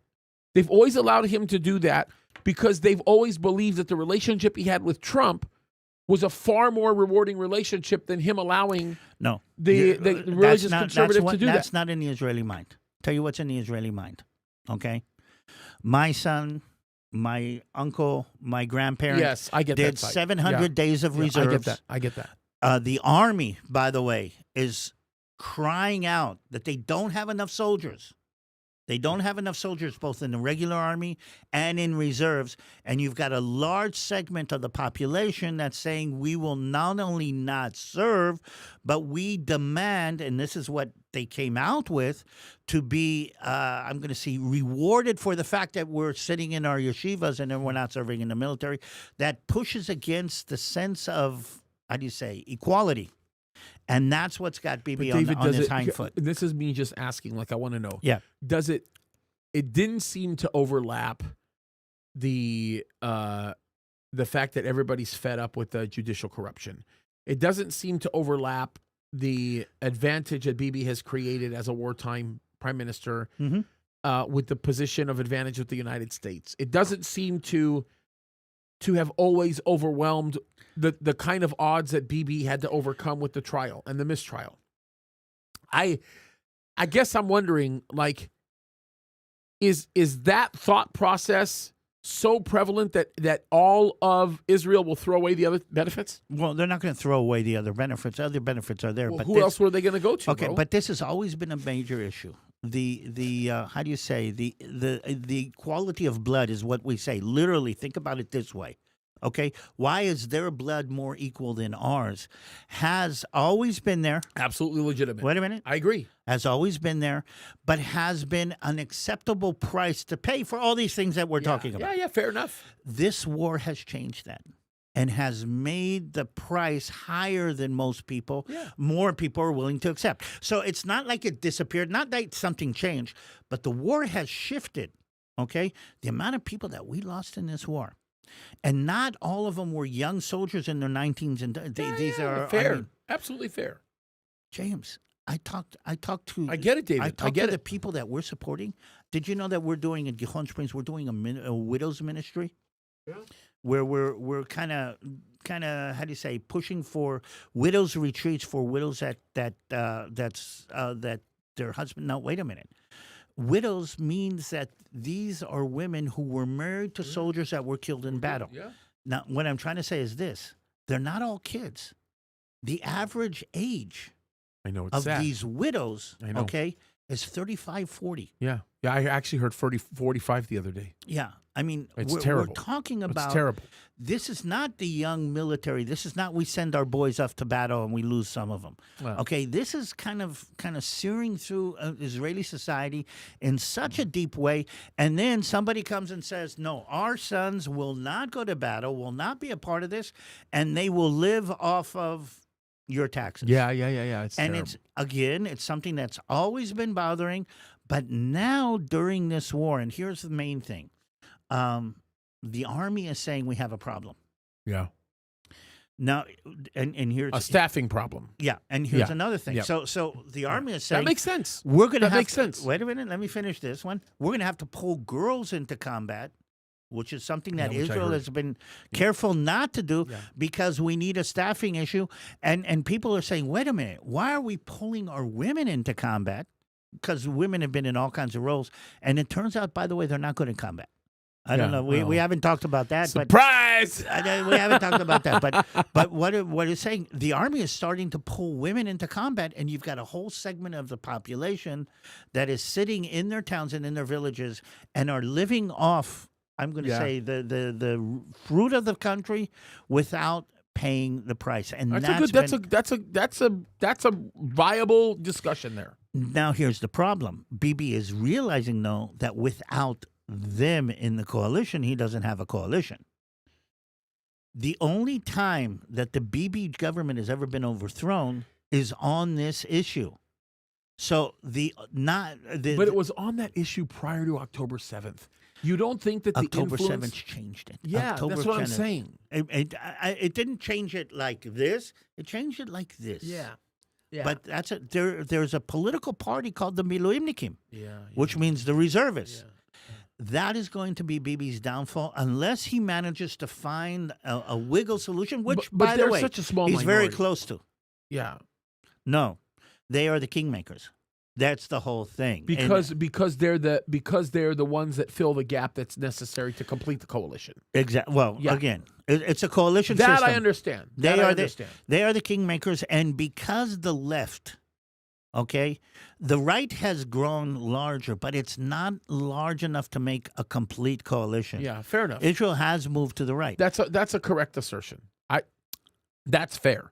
Now, here's the thing: the left is acceptable on the I'm going to say the legal issues that we're talking about. By the way, Israel's got the same legal issues that the United States has, with our legal system being more supportive of the left side of the political map than the right side of the political map.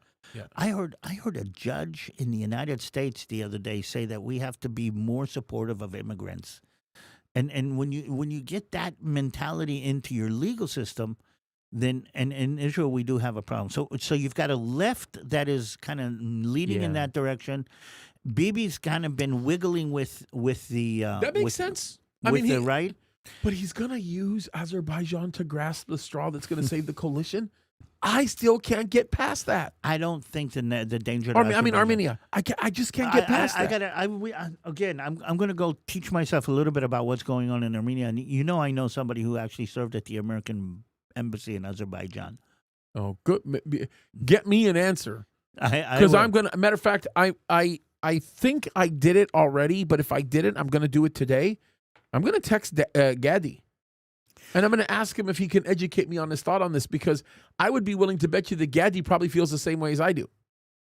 Very puzzled by why that happened. I'm curious. I mean, send me the answer what Kaddis says. I'm curious to know what Kaddis says. You know who else would probably know pretty well too is Mike. Yeah, Mike Duran, because he's the Turkey expert.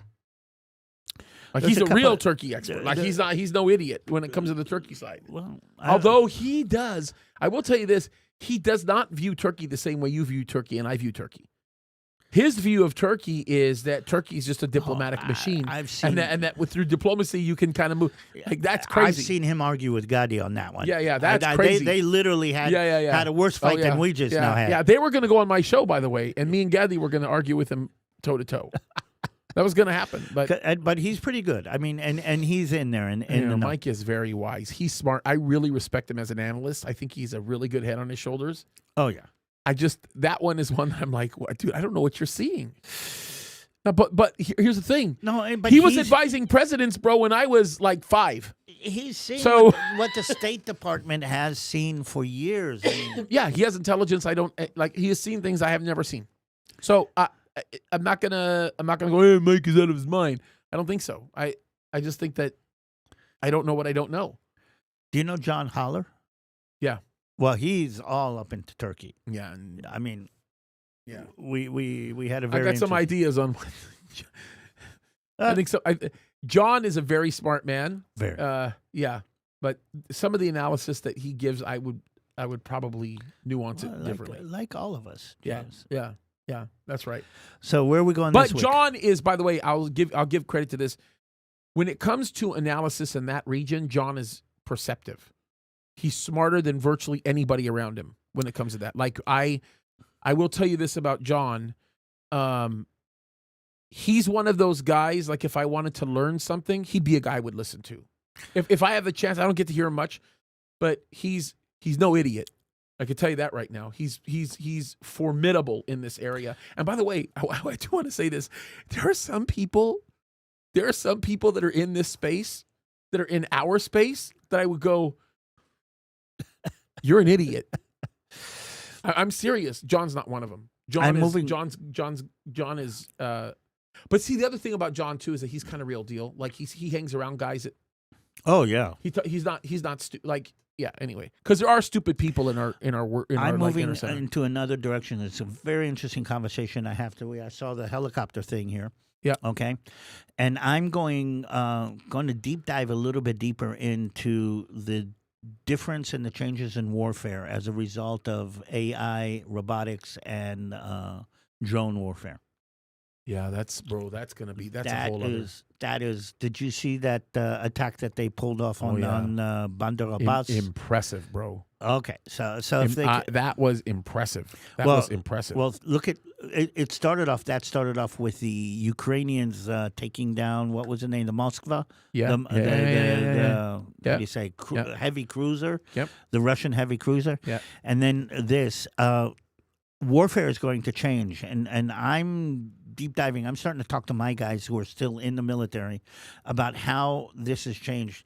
The drone warfare in Lebanon has been a big issue. I don't know. We haven't gone into that. I think they're proxying it in Lebanon, to be honest with you, bro.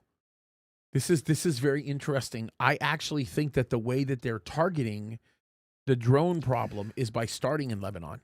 That's what I think they're doing. No, well, first of all, let's talk about the threat. Those optic cable inline threats have been a serious issue. I talked to some of the guys. They're extremely cautious about everything that's going on, and we're trying to find I would agree. A solution to that. But that's going to get worse. It's not going to get better. Yeah. So we should ask that. This would be a good one to be asking about. We should ask John what he thinks about my Azerbaijan. He probably agrees with me on that one. Probably. I'm not even arguing. Look, I can't get my head away from it. I'm sorry. I can't. I'm not making a statement either way on it, bro. I just want to understand it. I want to know why. I think the closest thing that you've given me to answering my question is the interpolitical, the coalition. That makes sense. Now, and again, the Israel is creating a new, I'm going to say it like weirdly, a new Abrahamic Accord. I mean, you're right. And that actually, when he made the declaration that he made about Western Sahara, that made a whole bunch of sense to me because you could see the obvious benefit that Bibi gets out of it with Morocco. I can see it like night and day. I can't see it with Turkey. What good does he get out of it? Okay. Staying in office? Maybe that might be reasonable. Well, Bibi believes his role is to stay in office. Well, I'm praying to God that he stays in office. Do you think that Trump would stay in office if he could? Oh, yeah. Are you kidding me? Of course he would. Yeah. He loves America too much. And I think all of us would be happy for him to stay in office. James, we're going to have to pull it. What are we doing this week? What are we praying for this week? Bro, we're at full scale war. Yep. I'm telling you, this is the most the most vulnerable place that we are all in. Like, we have never been in a more vulnerable place than now. So let me throw this one. So we can make some bad decisions here. Why hasn't Iran pulled Israel in? Because they could in a button press. I don't think they have the ability to coordinate it. I think they do. I think it's gone. They only need one missile. Yeah, that would kind of shake everything up. but the problem is, and this is the perspective I want everybody to understand. Okay, the average person who does not understand the mechanics of the de-escalation ladder with respect to Iran will not think of the fact that if every time Iran makes an attempt to subdue something or to put something down and they fail to do it, it takes away from their credibility. You got a text? John said, hi. He was listening to us.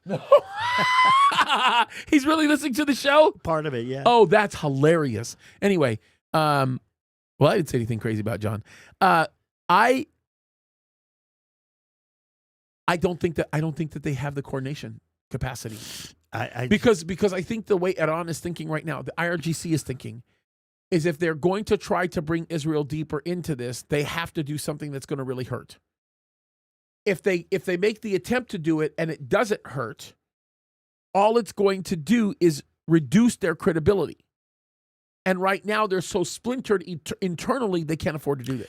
Okay, so that's my assertion. I'm gonna agree with you that it goes like this. When Israel's too strong, in other words. Well, or too defended. When the United States decided to turn up the flame a little bit, they did attack Bahrain and Saudi Arabia and even Jordan. By the way, I talked to somebody in Israel. He said he heard sirens going off in Jordan. Yeah. Oh, yeah. Yeah. And listen, by the way, they actually thought that Hussein was basically going to tell the United States back off, and that was a huge mistake. Okay, so here's the thing. They can't really attack Israel in any significant manner, just like you said. Yeah. Then the fact that they attack Israel is not going to do any damage, which would only damage their credibility. But there's more. I think an attack to Israel would put the whole dynamic of the United States is defending Israel and not defending its interests. I'm asking myself why they didn't want that. I don't think it's that they didn't want it. I think they're actually attacking Israel by proxy is what I think they're doing. I think that what they're doing is they are now beginning to attack people who have allowed themselves to become more closely affiliated.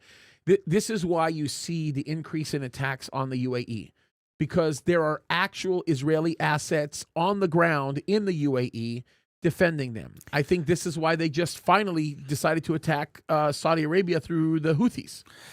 That happened yesterday. Saudi Arabia turned the noise. I don't know if you saw when they bombed the airport. They made very clear not to bomb any planes, not to do anything. I think that's the first step. Crater the. That was the first step. That was a warning. That was a warning. It was. That's all that was. That was a shot. What do you call it? A shot. Yeah, it was shot across the bowels. Yeah, that's right. Yeah, it was basically a warning. But I also think that Saudi Arabia on purpose is doing that, because what it's doing by doing that is making way for other countries to get involved and to fight on their behalf. That is that shot off the bow is a signal to the United States of America to cut loose. Okay. And actually the US of A has cut loose. I'm going to say the thing to be watching for as this happens is, will Iran try to pull Israel in? I think that's going to be a critical decision for them. I think they're already trying to do it, but I don't think that it's. I think they're doing it by going through other countries. I'm going to say with care. I believe it's all about my mom. If my mom has to run to the bomb shelter in the middle of the night, that's going to be. I mean, I know you got what I'm saying. Yeah, I know. If Israel has to go back into the bomb shelter, that's always an issue, bro. I mean, I agree. I'm not saying for me personally. I mean for the country. Yeah. If Israel has to move into the bomb shelters, Israel's not going to allow that to happen. Israel getting pulled into what's happening in Iran, do you think will change the dynamic of that? Yeah. I mean, think about Israel. because I think the waters are already muddied. Israel was already the primary. Israel was already, put it this way, Israel was already bought into it. A long time ago, they were bought into it. Okay, and which brings me to the last little piece, because I'm trying to get here. Do you think that Trump, if we're going the way you're going, would use Israel as a proxy? Meaning Israel has, Okay. but Israel has always been America's proxy. Watch this, okay? I think it's already Iran there. fires one rocket at Israel. My mom runs into the bomb shelter, and as a result, Israel takes out Karj Island. Yeah, we've already attacked that island, but still, No. We've hit some of the things, but Israel takes out the pipeline that leads to Karj I can Island. tell you, if it did that, I think it would have been done with the by the request of the president. I think Israel is already a proxy of the United States of America. I don't think it's the other way. No, but will the Americans use Israel as a way to hit Iran in a way that they don't want to do it, but they can say it wasn't us, it was them? Yeah. I think personally, I think Israel's already used that way by the United States. Yeah. I think Bibi doesn't mind the president using him that way. No, we don't. Because of the obvious benefit. No, we don't mind. But this whole thing of Bibi tells the president what to do. No, baloney. I actually think the president uses Israel as a proxy. I think that's more true. Well, did you hear that we got blamed that we used the assassination attempt by the Iranians as a way to push President Trump into a stronger reaction in Iran? Oh, gosh. Again, I mean, we bring the information they were... It's the baloney. I mean, that's just garbage. And what do you think about the fact that it was going to happen in Istanbul? Yeah, I know. I mean, think what that would have done. Could you imagine? Even an attempt? I think that would have been an all hands on deck with Turkey. That would have been the door for one of the greatest and most critical diplomatic back and forth that has ever existed between the United States and Turkey, to keep that from becoming a full-scale war. That would be another Joel Rosenberg book. I mean, think about an assassination attempt in Istanbul. Think how that would move all of the political pieces in the Middle East. It would be, I think JD, as smart and reserved as he would be, if by virtue he became the president, he'd probably nuke him. No, the JD that I know, I'm not sure. He might pull back. There's no way, because then he's next. Then he's dead. If God forbid that were to ever happen, whoever became the president would have to go nuclear. I mean, you know what I mean when I say that, meaning they would just have to just unleash all hell. Yeah. You would have to. Well, there's no other way. Look at what Trump said. He says there's 1,000 missiles that are already aimed. Okay. I mean, and he's not messing around. He's ready to go. He's trigger happy. He's ready. Let's go. Okay.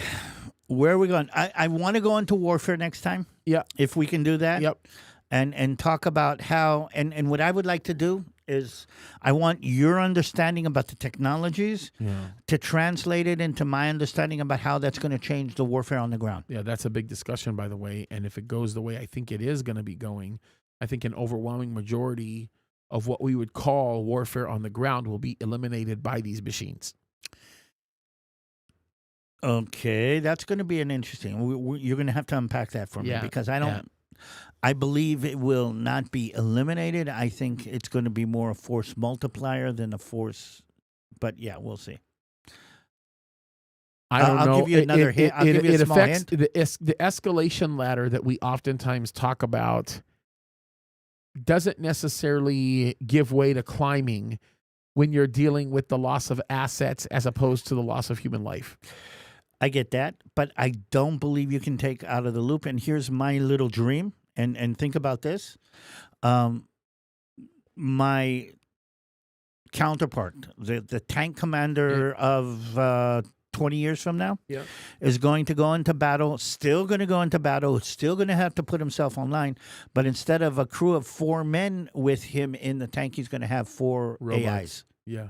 4 AIs. Some 100%. Of them drone, some of them in, some of them out, and I think that's going to be, and that's a whole. And even he may be in a control center. In all honesty. Well, here's the question: can he be in a control center? And that's part of. Can you really do it all remotely? Yeah. Yeah. That's the question. Oh, okay. Well, we went over a lot of material. We've been on for 2 hours. Let me just really quickly. Let me do this. Yeah.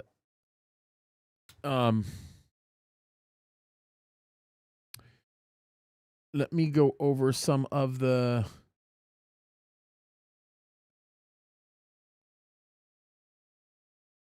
some of the super chats and the super stickers, because those are kind of important. I'll just read them relatively quickly because we have a lot of them. Let's see here. Okay. Brad, my rock star. Liz Warren resigned on her endorsement of Graham Plattner. I guess that makes her an Indian giver. Oh, Brad, you're going to get me so busted. A photo of Mitch McConnell in the hospital was released by his team to prove that he's still alive. Apparently, it worked, as now 3.5% of Americans believe he's alive, as to the 3.11% prior to their photo. It's true. Kamala attended a WNBA game last week. Oh, my God. And took more shots than both teams combined. Instead of kneeling for the national anthem, she just fell down. Oh, saw a great interview on Fox News with Pastor. Yeah, I know they mentioned my name incorrectly. Seriously, Brother James, you rock the free world. You know, I get requests all the time by Fox News and many other news organizations, and I say no to all of them. The only reason why I did that one was because Erica encouraged me to do it, and that's the only reason why I did. Because I was there in Provo to serve her and serve the family, serve Charlie's wonderful parents. Waiting on the Lord. God bless you, Pastor James and little brother David. Pastor James, when I saw you on Fox News, I couldn't wait to see them mess up your name, and they did. So now you are called Kaddis. Kaddis. Wow, that's so terrible. It's thank you for the nice thoughts. James, do you know anything about this Noahide Congress forming in Jerusalem this November? They form every year. What is it? The Noahide Conference. We'll talk about it another day. Okay. It's a whole other.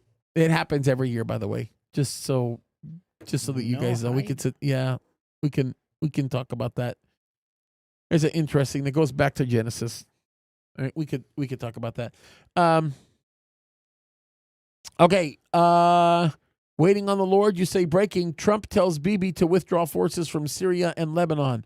Yeah. Again, there's so much to say about that. Todd H. Thank you. You say thankfully the Holy Spirit guides us in truth. No spirit, no truth. God bless. Thank you. Thank you for your support. Very generous. Thank you.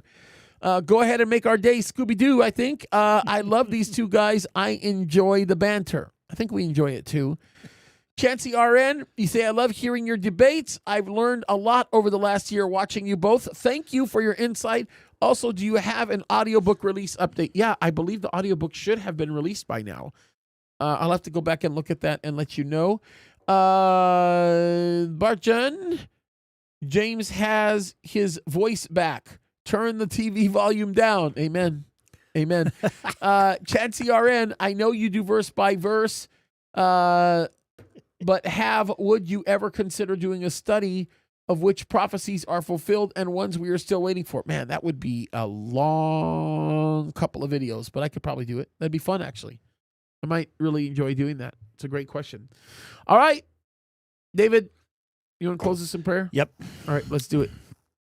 Avinu Shebashamayim, Yitbarach Shimcha, and may your will be done here among us just like it is in heaven. And just want to thank you for this amazing opportunity.